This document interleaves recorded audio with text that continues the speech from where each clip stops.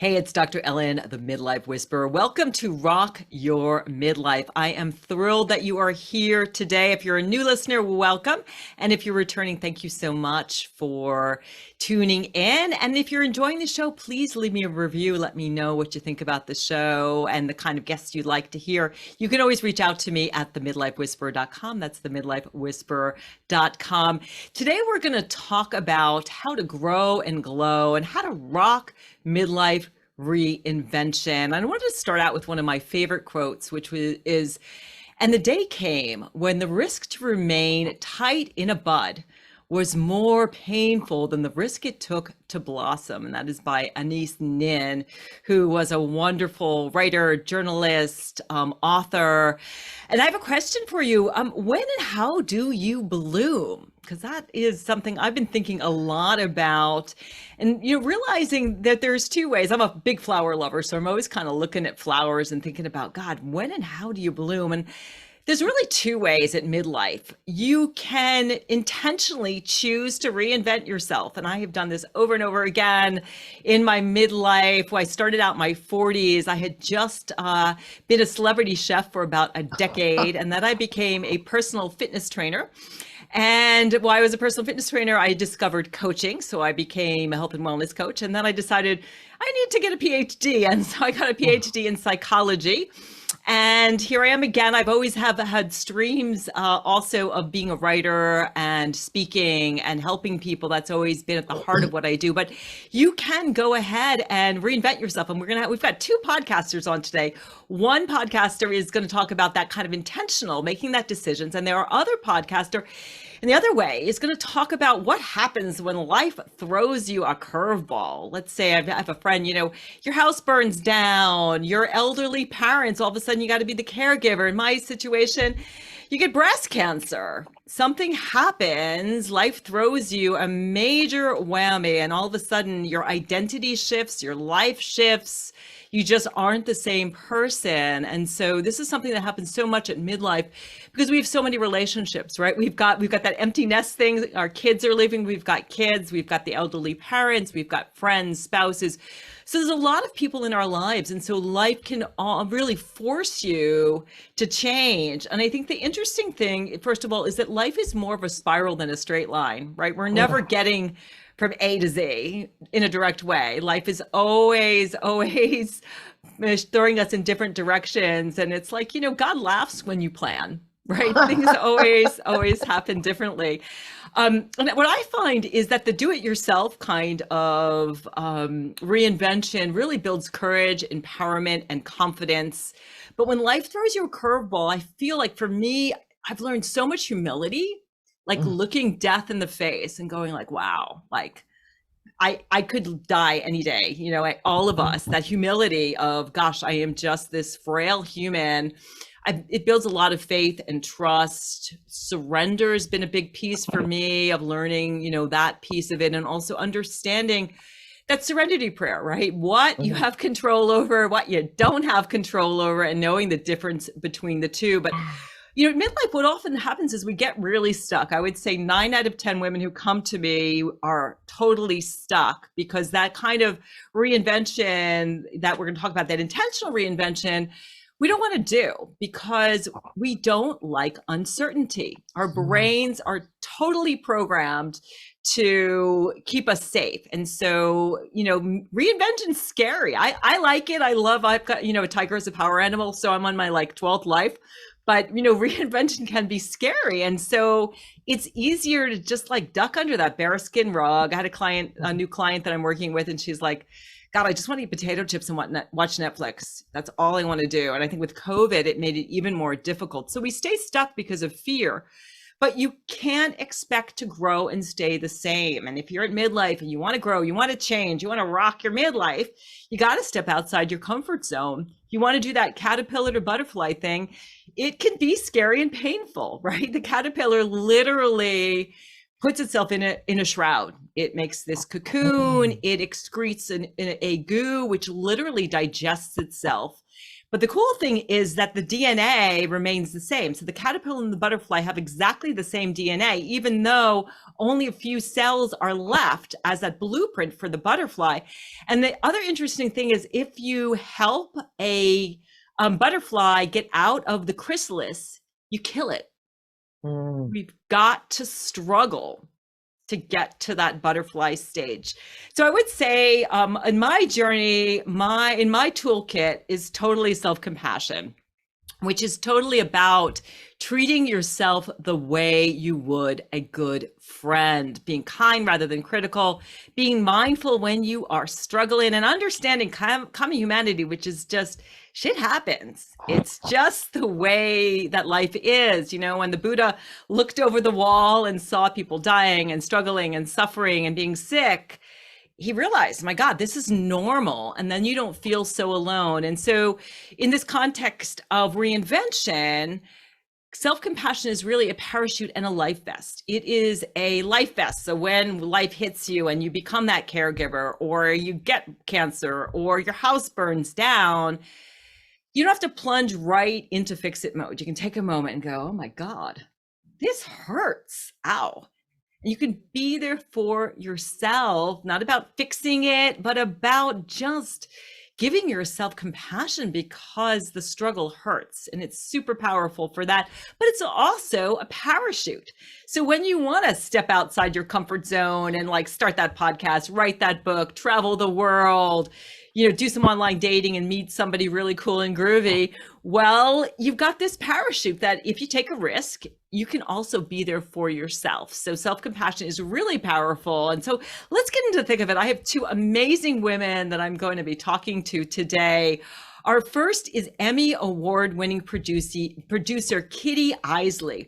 She spent 2 decades at NPR, most recently as a supervising senior editor of Morning Edition. Her radio work has been recognized with DuPont, Peabody, and James Beard Awards. She began her career with Ken Burns. If you don't know him, he is one of the most amazing producers ever. And she started work with his Civil War series for PBS. She is also a Nyman Fellow. She was a Nyman Fellow at Harvard. She has contributed to books, plays, digital series, and live audience events on American history, culture, and politics. And her interviews and essays have appeared on NPR and in the Washington Post. Running through her work is the common denominator of sharing lives and shaping civic culture. She has a semi-new podcast. She's in her 2nd season, I believe. It's called 24/7, a podcast about caregiving. And it was inspired by her experience caring for her dad, Al Eisele, during the last years of her life. And it's truly an amazing podcast that is really helping people to not feel so isolated and alone, and helping them to really figure out how do you do the caregiving thing. Welcome to Rock Your Midlife, Kitty. Such an honor to have you here. Thank you so much. I'm excited because it's a great way to reframe what I've just been through and try to reset where I'm going. So you had many metaphors or images in that conversation just now, and I'm writing them down to kind of rethink how I can use that imagery to set my own ideas about how to go forward. Yeah, that's awesome. And I find something, you know, in midlife surrender, I'm learning so much is life works so much better than when you just let go and you surrender and you let things come to you. So I'm so glad that your PR person connected us and we can have this conversation. So tell us a little bit about your personal story with your dad for people who haven't tuned into your podcast. What did you go through? Well, let's see. I actually did have this wonderful sabbatical, almost a midlife break. And it was this Nieman Fellowship at Harvard University for journalists, where you are encouraged to study whatever you haven't learned, what you don't know that you need to know. And I was coming off this amazing year, returning to NPR and thinking, this isn't the right fit right now. I was working at night and I just thought, I'm done. So I thought, let's take a break, NPR, and I've got some other projects I want to do. And right at that point, my mom died. And she'd had a lot of issues, health issues that my father had really managed for her and been in a lot of ways, her caregiver. I had as well. There've been a lot of emergencies and a lot of, I would say, health crises over a period of years. And so when she died, his health, this is 2016 now, almost, 8 years ago, his health just tanked. Now, my dad and I were both journalists in Washington, and we lived in a very similar set of circles, not age-wise, but certainly professionally. And so I knew his context of, being out, being robust, being part of a city life, being part of a political life in Washington, at least, that was very meaningful to him. But he had a chronic heart condition that had really deteriorated. And because my mom had been sick, now he was sick, I had gotten to know their doctor pretty well. And I had a good idea of kind of what things were happening. Unexpectedly, he ended up in the hospital for 3 weeks in 2017, and we almost lost him. And at the same time, I'm doing all sorts of project work. I live in a condo in Washington, D.C. My parents live in the house that they bought in 1967, where I am sitting in my childhood bedroom. And I was commuting literally to take him to doctor's appointments after his hospitalization and trying to figure out, is he safe to live at home? Can he manage things safely? The oven, the car, the various things that he needs to do to live his life. And it was not looking good. We'd experimented with having him go to an assisted living place in our town that he knew people at. It was a wonderful place, but he really wanted to be in his house.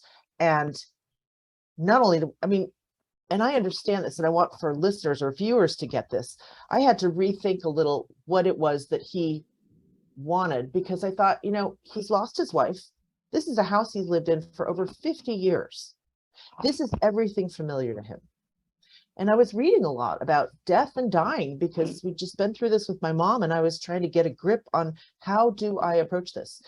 And one of the things was, ask someone what they want and what keeps them safe. And I think he wanted to stay in his easy chair and look out the window and see his azaleas and watch a ball game. And I really thought, if I can make that happen for him, I will try, because it really throws you at a certain age when your mind isn't working as well and your body's not, to have to go move into a dorm with strangers and eat a meal in a dining hall every day when you aren't feeling your best with people you don't know. And it seemed like a lot. And at the time, we didn't have a great prognosis for him. So I had been doing this commute where I'd drive out to the suburbs, get him ready, take him back downtown to a series of doctor's appointments at a hospital, spend a good part of the day, drive him back to his suburban home, prepare dinner, get him ready for bed. And it would be a full-time job. That was full-time for many weeks where this happened every couple of days. So I thought the easiest thing I can do is just to be with him at home, keep an eye on him. And if he has 6 months, I'm in a position where I've gotten to a professional point in my life that I can take that, not so much take the break, but that I will grab any job afterwards. I don't need to prove myself in a career capacity. I can only help him do this once. I can get another job later. Oh, And it that's took some amazing that thinking. that you were willing to put yourself second and to really put yourself as much as you could in his shoes. And I totally understand. I have elderly parents. My parents are 90 and 92. And fortunately, they really have each other and they have their faculty. They're doing great, but they're getting to that point where they can't drive as much.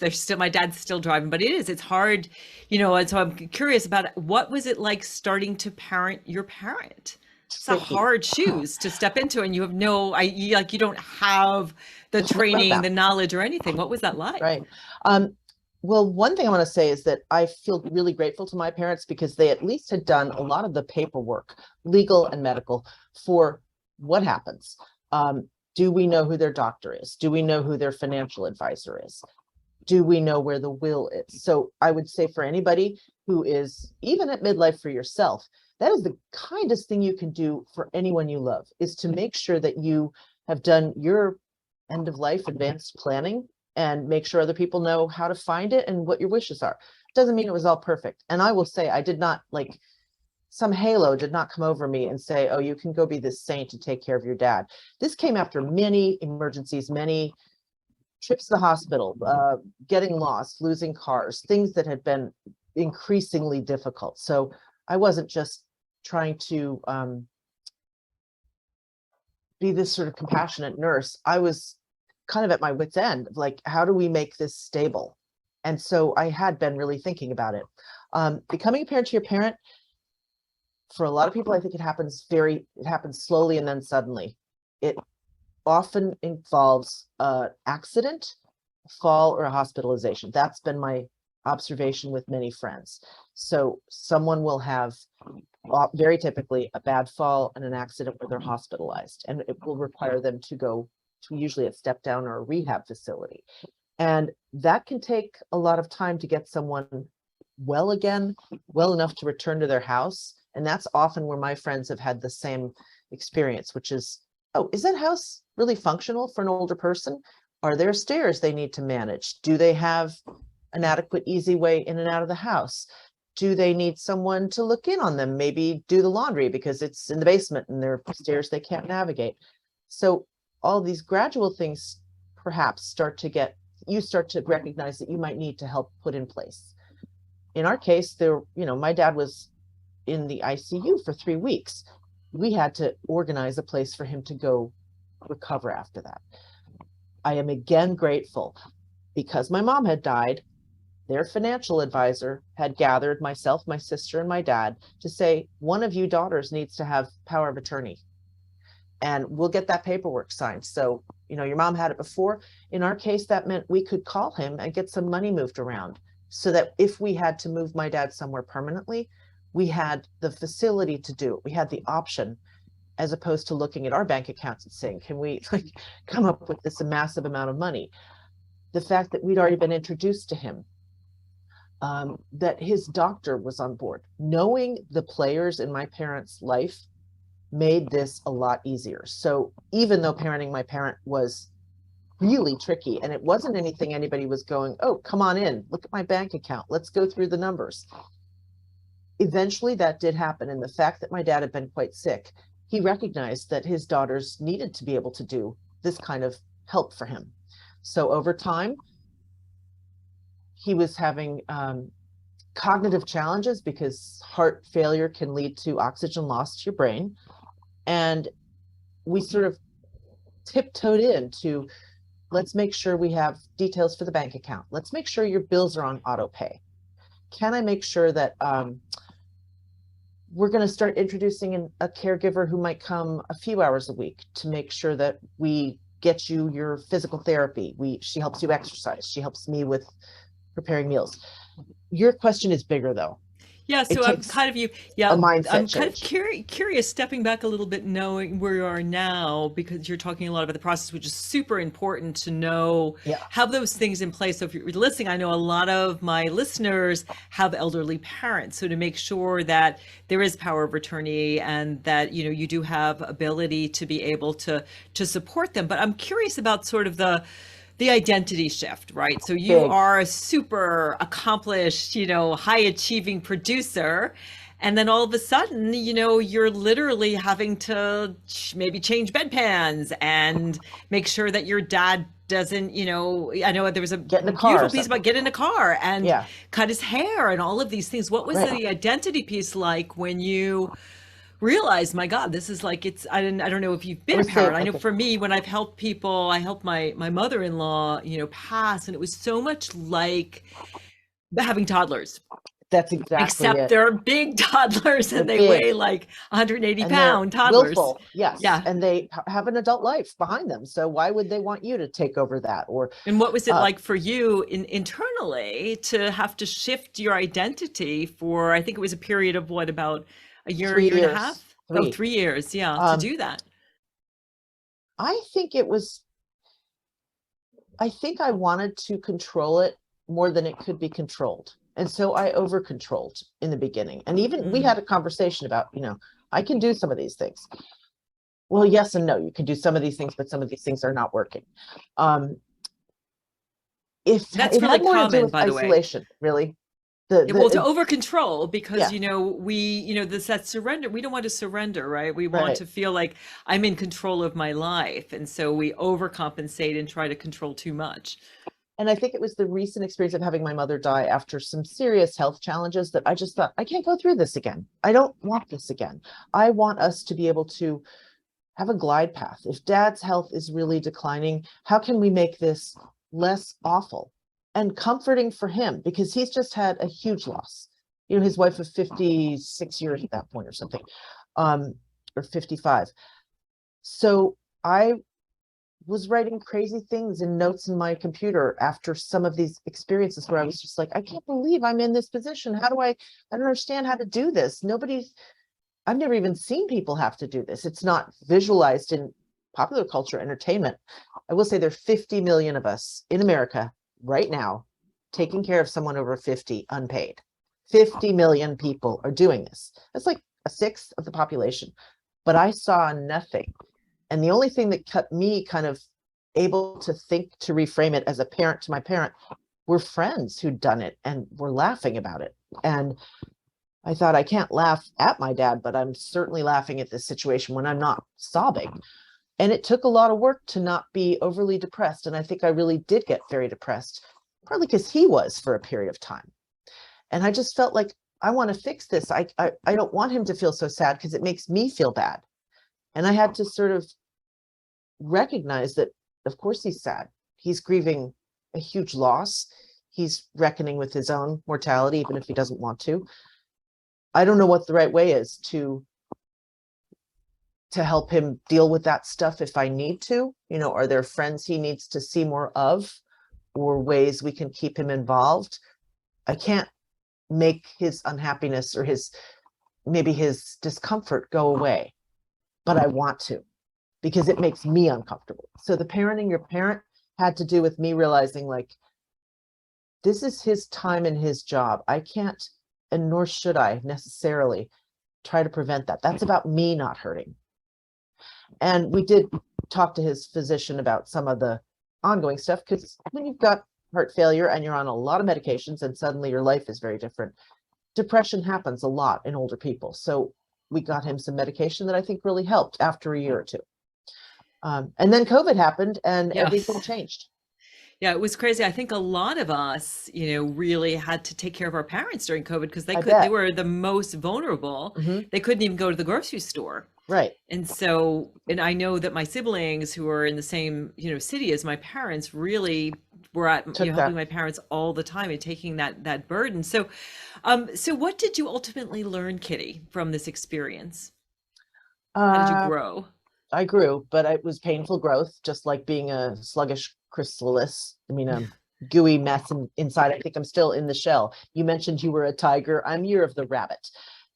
I was very happy to cocoon. And my father died a year ago in the summer. And I'm so grateful, so grateful that we were able to give him a peaceful and comforting death. Because when COVID hit, that changed it for every family. So how can you avoid the trauma of something worse happening when you're already in bad shape? So in that sense, I felt like I'd done my job as a daughter. I really had. I'd done my job as a family member. Like, I don't have to do that again, hopefully, but certainly not for parents. So I felt positive. Like it was very painful because you're kind of grieving slowly. As someone, it's what they often refer to as anticipatory grief. You're watching someone part this life very slowly as faculties decline, as all that happens, and yet you're part of it and you have to prop it up. So that was hard, and I do feel like I've kind of bounced back. Is that learning? I don't know. In some ways, I feel like I'm still in the process, and writing and taping about it helped me process the experience. And I really wanted something I could put out that's how I process. I write. And I thought, if somebody else can use this, then I'll put it out. I didn't want to expose my dad too much, so I focused this podcast on what it is to the caregiver, because I certainly had no map. Have I changed enough? No. Well, you asked how I've changed, but I'm not sure I have a good answer for that. Yeah, well, you're still, like you said, you're still in that still in it. Grief process, and you're still in it. And as you so beautifully show in your podcast, you're really seeing this man who was incredibly accomplished, like yourself, that you had so much in common with, losing his faculties, losing his body. And it's kind of, I always think about, I've done some hospice work, and it's kind of like we my mother-in-law, when she passed, like it was first she would stop, watching her daily, Oprah, her daily Mhm. shows, and then she would stop, wearing her glasses and stop Mhm. drinking coffee, and Right, all of these right. things of her identity, they slowly slip away. Yeah, and you're still processing that. And I would say I'm still just, feeling it. yeah, the self-compassion piece is huge, to just offer yourself compassion just because you're struggling. But you're doing such an incredible service too. So it's almost, this like the no mud, no lotus, right? So this incredible That's a good way to put it. podcast, is coming. So I'm curious, besides the fact you've given some great, ideas for listeners about make sure you have that living will in place, that power of attorney. You've talked to your parents about finances and all of those things, why they are still young and Mhm, vibrant. So those things are in place. I think laughter is really awesome. mhm. Friendships are really, really great. What else from your own experience? And I know you've talked to all kinds of people, including some very high end. I was listening to your podcast with the daughter of Ronald Reagan, and Right, how incredible poignant that was, where he didn't know that he was president. right. Wasn't that amazing? That was incredible. And I'm curious what sort of advice, along with the laughter, maintaining friendships.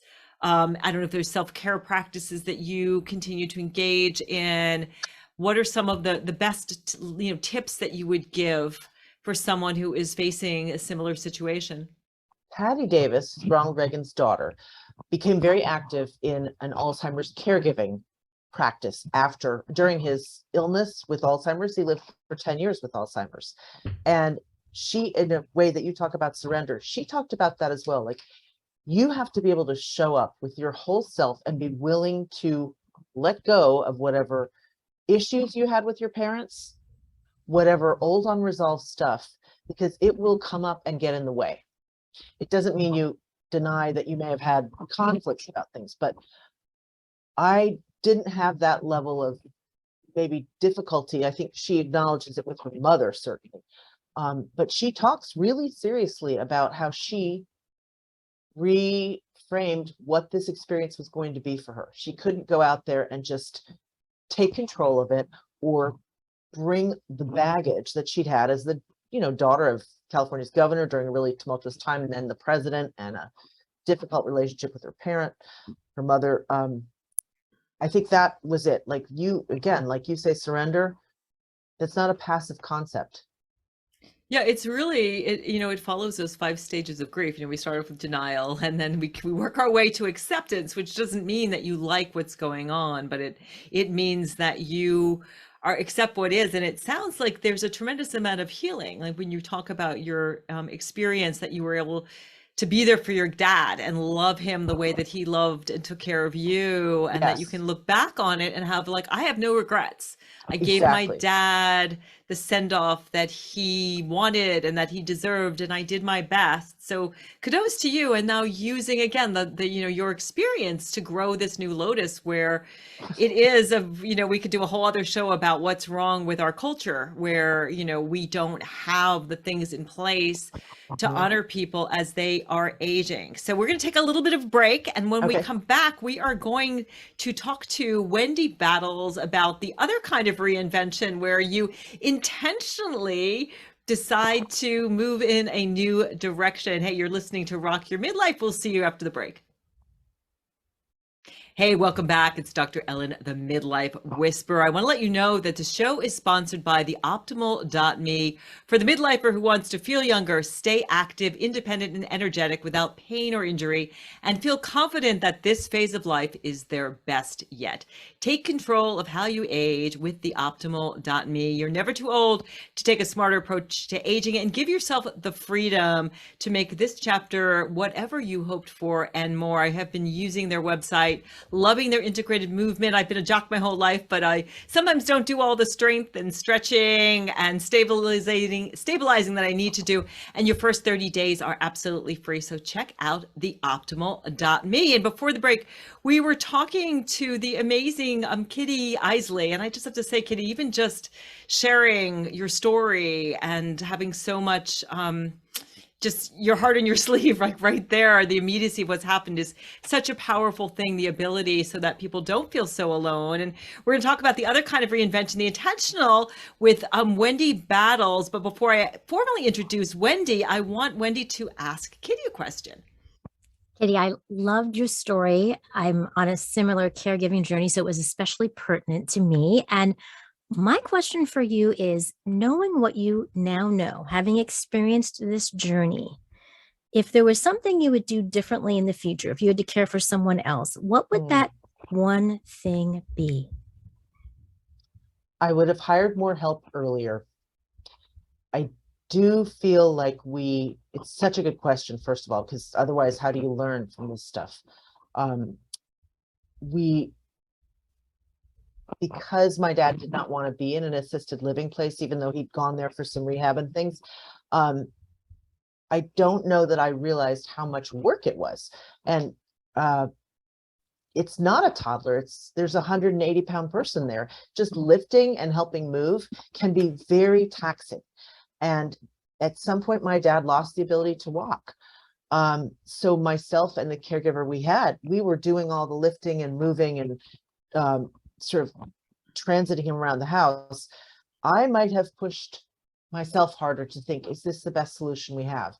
Now we were into COVID, so that made moving to a facility a bigger deal and not a no-go really until there was a vaccine. I think I also would have probably tried to schedule more breaks for myself. At a certain point, I was able to say to my sister, who had 2 kids and a really powerful, heavy-duty traveling job, so she wasn't as available, despite wanting to be. I might have said, you know what, I've got to schedule in more breaks because I am so deeply depressed. And part of that had to do also with an old house that had a lot of things going wrong. So for anyone doing the caregiving shuffle or whatever you call it, I think it's worth saying, this is professional work. You may not be able to do some of this. And it is not just okay, but it's probably going to be necessary to bring in some additional help. And you have to look over the finances for that. I'm not making light of how our country does not support long-term care for elder Americans. But I think there are programs, and every state has an association on aging or something to that effect. And it's worth looking into to see if you can get either some financial support to hire occasional caregivers, or if there are senior centers or other activities where you can get a break. I did not do that well enough, and I kind of numbed myself with a lot of binging TV and reading at night, and so I ended up being a little more isolated than I even planned to be, because I felt like it was hard we had a caregiver for part of the day for the first couple of years, but I didn't have coverage at night, and I was doing work during the day, so I wasn't really seeing friends at night or going out and being social. And I think that's a huge part of making it possible to do this. Yeah, so it sounds like the bottom line is get help and also really double down on the self-care that you need and be realistic that you can't do it yourself. So thank you for that. Let me introduce Wendy to you and shift gears a little bit. Thank you for your answer, Kitty.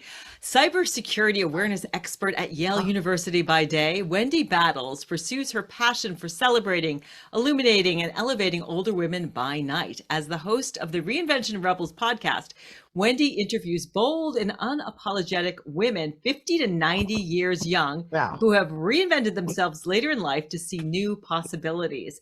From traveling solo around the world with a carry-on bag at 60 to running in global marathons at 71 to launching a modeling career at 72, these women are bravely making their dreams a priority. And Wendy shines a light on the notion that we can reinvent ourselves at any age or any stage, and is helping to disrupt limiting beliefs about the value of aging women in our society. At 57, Wendy is a reinvention rebel herself, having reinvented herself many times during her life, including as a management consultant, voice actor, and health coach. I didn't know that about you.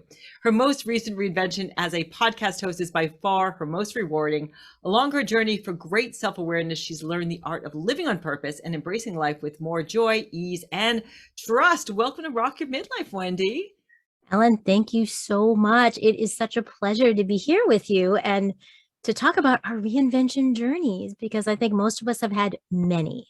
Yes, absolutely. And I was on your show, which was so much fun. And thank you for that. So it's so much fun having you on my show. So let's start off by talking about what are you doing to rock your midlife? I'm doing a lot of different things. And one of those things is totally turning things around and leaning into more joy, more happiness. I will say that I spent a good part of my 30s, 40s, and 50s reinventing myself in different times, but always with this question of what am I meant to do? What is my greater purpose? And as I got into my 50s, I thought I still haven't figured it out. So I became more intentional about leaning into what brings me joy, what makes me happy. When I uncovered, because as a health coach, I work with midlife women. So I love working with women, but that wasn't really it as a coach. As I lean into what am I great at? Where do I shine? And it's using my voice. And I started to put some pieces together. One day I was meditating and I simply heard Reinvention Rebels. And I said, Reinvention what? What is that? Reinvention Rebels. What is that? I wrote it down. But when I got to the place where I figured out it was a podcast, and no, I'd never been a podcaster before, even though I was a voice actor, I just got so excited about it. Like I knew for the first time in my life in 54 years, this was 3 years ago, I realized that that is what I'm meant to do. And all the other reinventions I had and experiences I had were preparing me for this. And for me, rocking midlife means getting up every day really early, excited, knowing that I'm doing what I'm meant to do, being able to easily find my voice, to easily have trust in what I'm doing, to know that everything is unfolding in just the right way. Where before I felt uncertain, I'm not sure, second guessing myself. Is this what I'm meant to do? Rocking midlife for me means having total certainty, like I never have before, that this is it. Oh, I love that. And, a couple of things stand out. Follow the path of joy. And that is something that I do all the time. And honestly, I kind of found this place. I live on this beautiful island of North Hero. I was actually visualizing myself where I feel most joyful, which is dance. I did this destination vibration thing where I visualized myself like dancing at 5 and dancing at 12 and then dancing in my 20s by the Charles River and doing belly dancing and swing dancing. And I feel like I attracted this place and this amazing man, and I follow joy. So if you're listening, figure out like what lights you up. So I absolutely love that. And I love that when you're on that path, when you feel joy, the fear melts away, the second guessing melts away. You're like, I just want to be happy. That is just such a great, great answer. So other ideas of how do you reinvent yourself at midlife? So you've talked to probably at this point, you've been doing it for 3 years. So what have you talked to, over 100 women at this point? Yeah, I've talked to so many different women, and I've come up with what I've recognized, having done all of these interviews with these different women. I've seen 3 key things to me that are ingredients to becoming what I call a reinvention rebel, which is just someone who awakens to this inner rebel and decides that this is it. I'm going for it. I don't care what anybody thinks. It's my time. And those 3 things are what I call the 3 C's: curiosity, courage, and commitment. Curiosity, courage, and commitment. I love that. The most important thing I see is that women like you, Ellen, are curious, that when we lean into our curiosity, when we lean into what lights us up, as we just talked about, when we start to think about what are the things I love to do, what brings me joy, what makes me happy, what would I do if no one ever paid me? Like right now as a podcaster, what would I get up and do at 4:45 in the morning every morning because I love it so much? That I think that when we can tune into those things, whatever those things are, which could be anything, things you always wanted to do but never did. Like I want to take tap dancing, even if maybe I'm not a great dancer. It doesn't matter. It's just the idea of trying new things on to help us down that path of figuring things out. So it's a piece of that puzzle. That second one is courage. It's so easy to live in fear about whatever that thing is. It doesn't matter. It could be anything, whether it's our work life or personal life, what have you. And the reinvention rebels that I interview are courageous. They have given themselves permission to lean in, even though often they don't know what they're doing.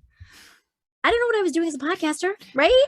Yeah. And I think that especially women, we can tend to want to do everything right, to kind of get everything perfect. We hold ourselves back.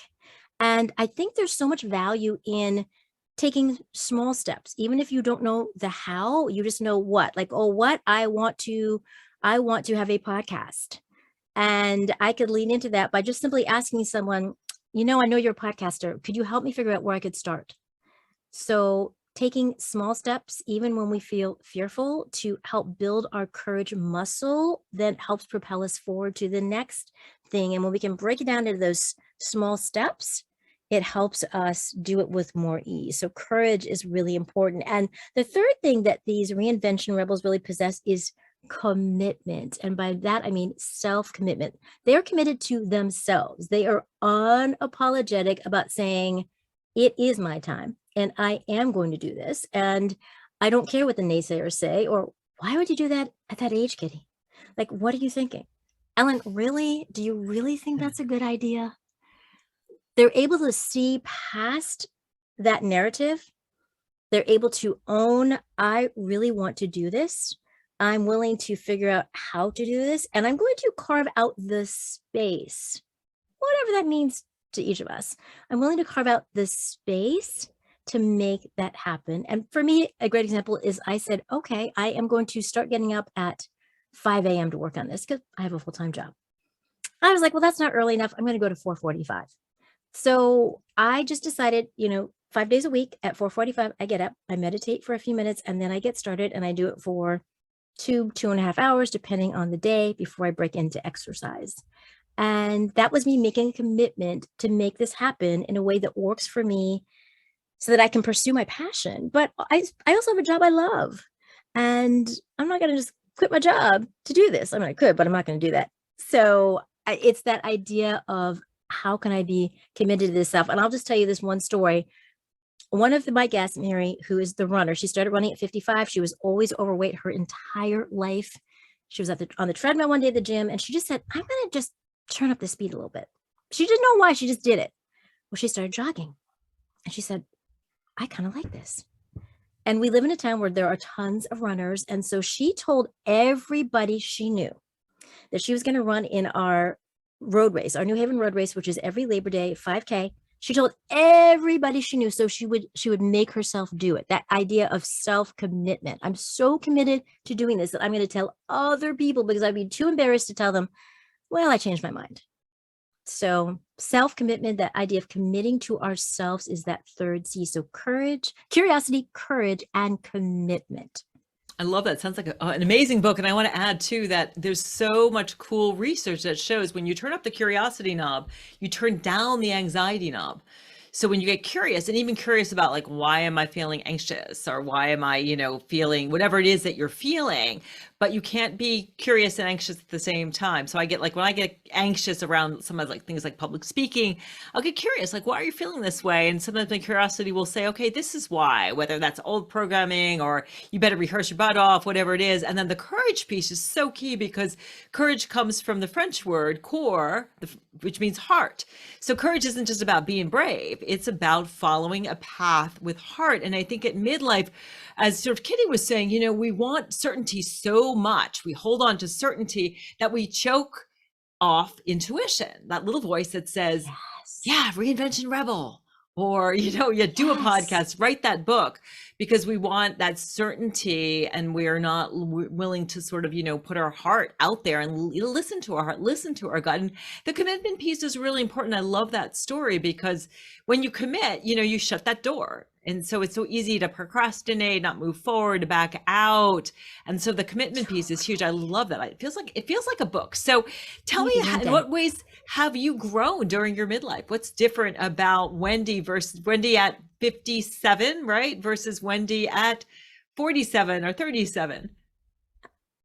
Sure of myself. I would say that I've always been a confident person. I've always been successful at work, but I also always had a nagging feeling of trying to find my voice, of trying to speak my truth.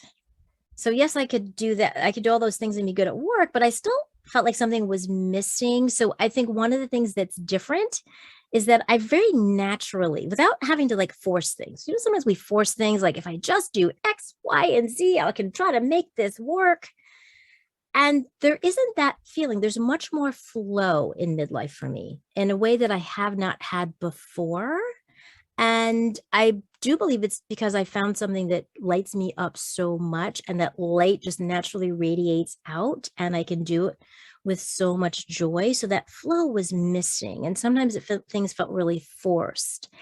And I guess the way that I can explain it best is that in the past, I would think about things I might share on social media and do a lot of thinking about it. And I want to make sure I say the right thing. And I want to get it just right. That whole idea of we have to just be so right about things. And this is so different because I found my voice in such a natural way that I don't know how to explain it, Ellen, other than the words just flow out in a natural, authentic way, that I'm just being myself and speaking my truth, which a lot of it is talking about my experiences, to share about how I've been able to figure things out, or I've been able to change, how I started out being unsure, how I feel I have so much more certainty, how I've learned to lean in, as you mentioned, and trust that inner voice and intuition and know it won't steer me wrong. Where in the past I was like, well, it's telling me that, but I'm just going to ignore that and do something that in my head seems to make more sense, which ultimately didn't work out.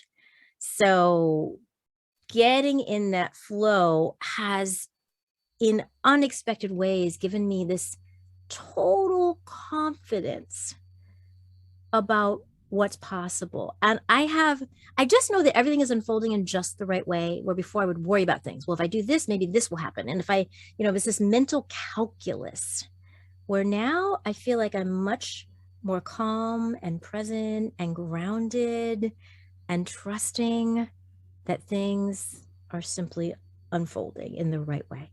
Yeah, it's magical. And that idea of flow is so key, because the idea means that you're challenging yourself, right? And you have the skills and abilities, but it's a little above the level of quite your comfort zone. You're stepping out, but then you have this faith that I'll figure it out. And also not coming so much from the ego place. I know that was a big issue for me, is like always letting my intellect, my ego, more degrees, more knowledge. And I've kind of like, I've stuffed my head so full, I have more degrees than a thermometer. And I'm like done with that. And it's so much more fun just to allow things to come and to be moved by this desire to be in flow, to be in joy. So if people are listening and thinking, this all sounds absolutely lovely, ladies, but really, how do you kickstart a midlife reinvention for people who are listening going like, I have no idea where to start. Where do we start?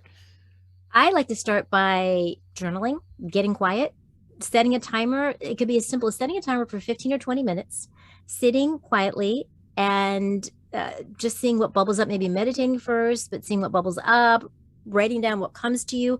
The other thing that has worked really well for me is just getting super quiet. Like I started doing the dishes in silence, cooking in silence, spending a lot of time being much more quiet because I had a very overstimulated life. And this was way before the pandemic happened.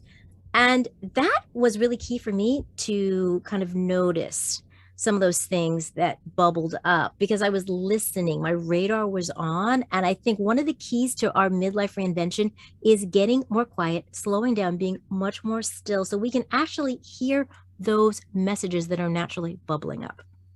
Awesome. And I know that Kitty has a question for you. Kitty, can you have a question for Wendy and jump in the conversation?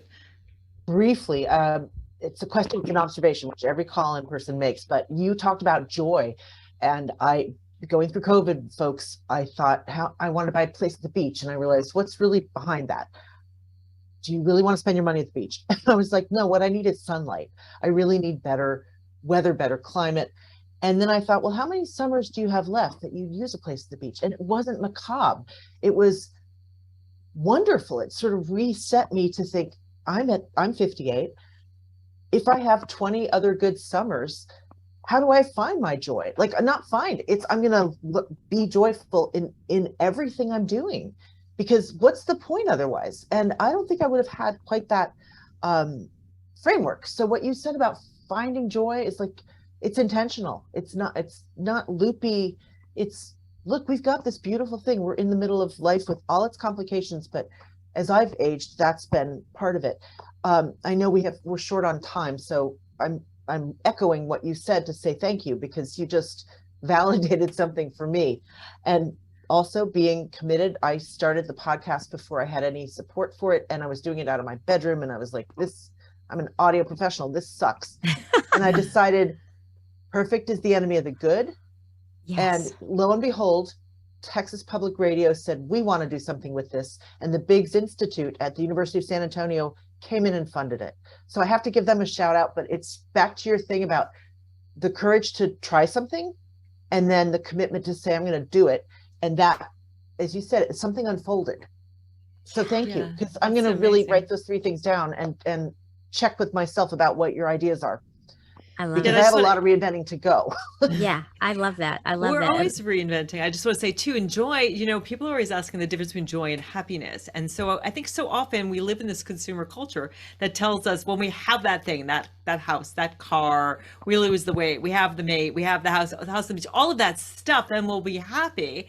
And I have so many clients and people I know who are, it's like you're on this hamster wheel chasing that external stuff, but joy is inside, right? You could just be joyful, like living in your, your little tiny house, like less is more. And I think that's really, you can see it. And I think we really resonate, Wendy, because you can see your joy. And people say that, when they see me on social media, you can really see their joy. So we have about a minute. Kitty, did you have a question for Wendy? Anything you'd like to ask Wendy? I'm in a real, open space about reinventing because I have to reinvent and I don't know how to do that. So it's too big for a 1-minute thing, but I will take your advice and be quieter. And that's a biggie when you work in audio. And it's, right.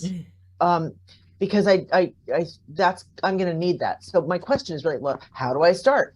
And I think you just answered it, to listen for what's coming. And then as you did with Reinvention Rebels, like you got a voice, you listened, and something came to you. Yeah. So Thank it's you. not a question as much as a thank you. Well, I'm so glad that you two were able to connect, and I really appreciate everybody listening today, because listening happens in all kinds of things. You may have a podcast, it may be a song, you may be out in nature and something pops in your head.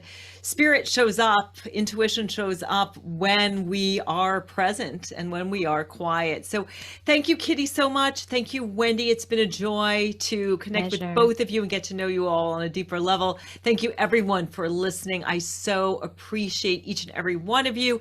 If you are enjoying this podcast, let your girlfriends know, and please leave a review so more women can find out about it. And if you want to reach out to me, it's themidlifewhisperer.com. That's themidlifewhisperer.com.